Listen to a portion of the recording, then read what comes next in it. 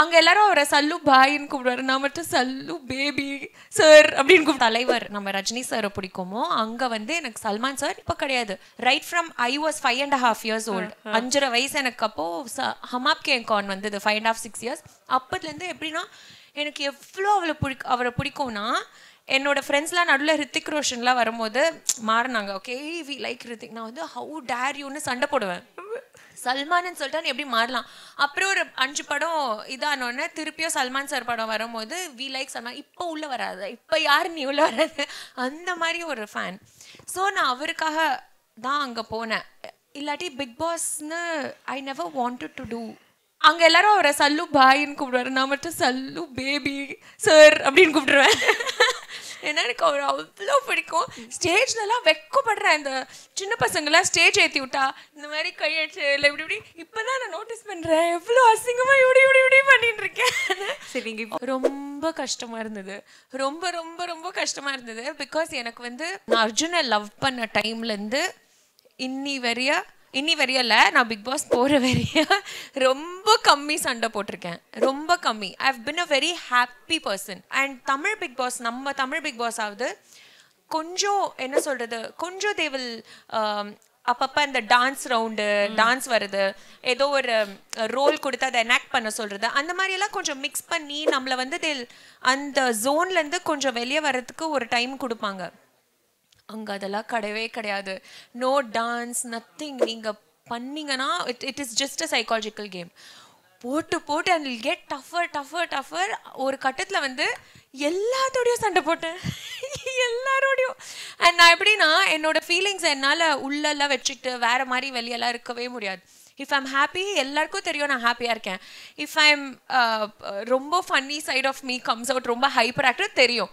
And if I am angry it has to come out. வெளியே அதை வந்து அப்படியே காமிப்பேன், டோட்டலாக காமிப்பேன், கத்தி காமிப்பேன். பட் அங்கே வந்து என்னென்னா ஆங்கர் வேறு விதத்தில் நான் பார்த்தேன் நிறைய பேர்கிட்டது.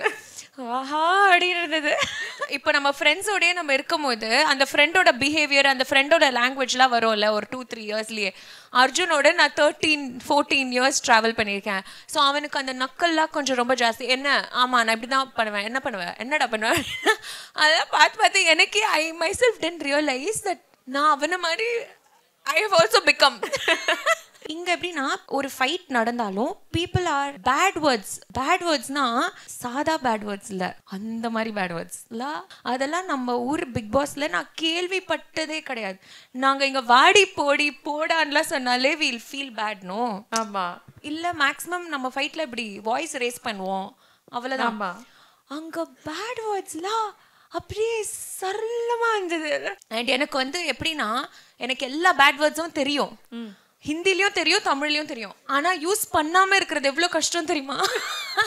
அந்த சீசன் முழுக்க நான் ஒரு பேட் வேர்ட் கூட யூஸ் பண்ணல. இன்ஃபேக்ட் நான் ஏதோ ஒரு வீடியோவில் பார்த்தேன், அர்ஜுன் தான் எனக்கு அந்த ரீல் காமிச்சாப்ல, நைட்டி போட்டுட்டு அங்கே யாரோ ஒரு பையன் நான் ரொம்ப இரிட்டேட் பண்ணிட்டான். நான் அவனை வேற இமிட்டேட் பண்ணி ஃபுல்லாக டேபிள் சேர் மேலெல்லாம் ஏறி அதெல்லாம் எனக்கு அந்த மாதிரிலாம் நான் சும்மா வீட்டில் பண்ணுவேன். ஓகே, பட் அங்கே கண்ட்ரோலாக இருக்கணும்னு யோசிப்போம். But you can't. ஒரு பாயிண்ட்ல you will become free. Hindi audience ஃபுல்லா ஷீஸ் ஃபேக் இதுன்னு வந்தது. யாரா சொல்றீங்க, இவ இப்படிதான்டா அப்படின்ற மாதிரி கமெண்ட் செக்ஷன்ல எல்லாம் போட்டு அவ்வளோ டிஃபெண்ட் பண்ணி என்ன அவ்வளோ ப்ரொடெக்ட் பண்ண. யூ வாண்ட் பிலீவ் நம்ம வந்து இங்க நான் தனியாக இவளுக்கு எப்படி பிஆர் பண்ணுறதுன்னு சொல்லி நான் யோசிச்சு I am just so disappointed. And one day 24 hours எப்படி ஃப்ளிப் ஆச்சுன்னே தெரிலடி. உனக்கு வந்து நம்ம ஊர் மக்கள் நீ போய் எவ்வளோ தேங்க்ஸ் சொன்னாலும் கம்மி, எல்லாரும் உனக்கு பிஆர் வேலை பார்த்தாங்க. ஆமாம், எவ்வளோ தேங்க்ஸ் சொன்னாலும் கம்மிங்க. ஏன்னா நமக்கு தெரியாதவங்க எல்லாருமே வந்து குக் வித் கோமாளி வீடியோஸ் கிளிப்ஸ்லாம் எடுத்து யாரா சொல்றீங்க, இந்த பொண்ணு நம்ம ஒரு பொண்ணு இது இவ இப்படிதான்டா அப்படின்ற மாதிரி கமெண்ட் செக்ஷன்ல எல்லாம் போட்டு அவ்வளோ டிஃபெண்ட் பண்ணி என்னை அவ்வளோ ப்ரொடெக்ட் பண்ணாங்க. ரொம்ப தேங்க்ஸ். எனக்கு இதெல்லாம் மறக்காது. எனக்கு தேங்க்ஸ்லாம் நான் சொல்லி உங்களை நான் வந்து ரொம்ப இது பண்ண விரும்பல, ஃபார்முலா இது பண்ண. நீங்கள் எனக்கு அதுக்கும் மேலே ரொம்ப. ஆமாம், வெளியே வந்தோன்னா அர்ஜுன் சொன்னா, ஷ்ரூ நீ நம்ம ரொம்ப ரொம்ப தேங்க்ஸ் நம்ம தமிழ் ஆடியன்ஸ்க்கு. This is an opportunity. First time நான் பிக் பாஸ் வெளியே வந்து சொல்கிறேன், நீங்கள்லாம் ரொம்ப கைண்டுங்க. எனக்கு எப்படி இங்கே தலைவர் நம்ம ரஜினி சாரை பிடிக்குமோ அங்கே வந்து எனக்கு சல்மான் சார் இப்போ கிடையாது. Right from I was 5.5 years old. 5.5 வயசு எனக்கு. அப்போ ஹம் ஆப் கே கான் வந்தது 5.5 6 years.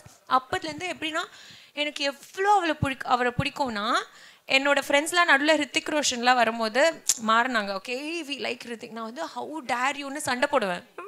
சல்மான்னு சொல்லிட்டு எப்படி மாறலாம்.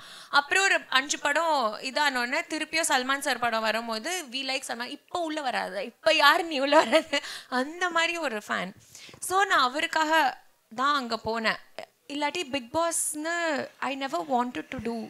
அங்கே எல்லாரும் அவரை சல்லு பாயின்னு கூப்பிடுவாரு, நான் மட்டும் சல்லு பேபி சார் அப்படின்னு கூப்பிடுவேன்.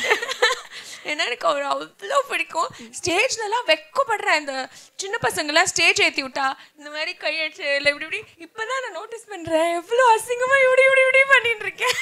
சரி, நீங்கள்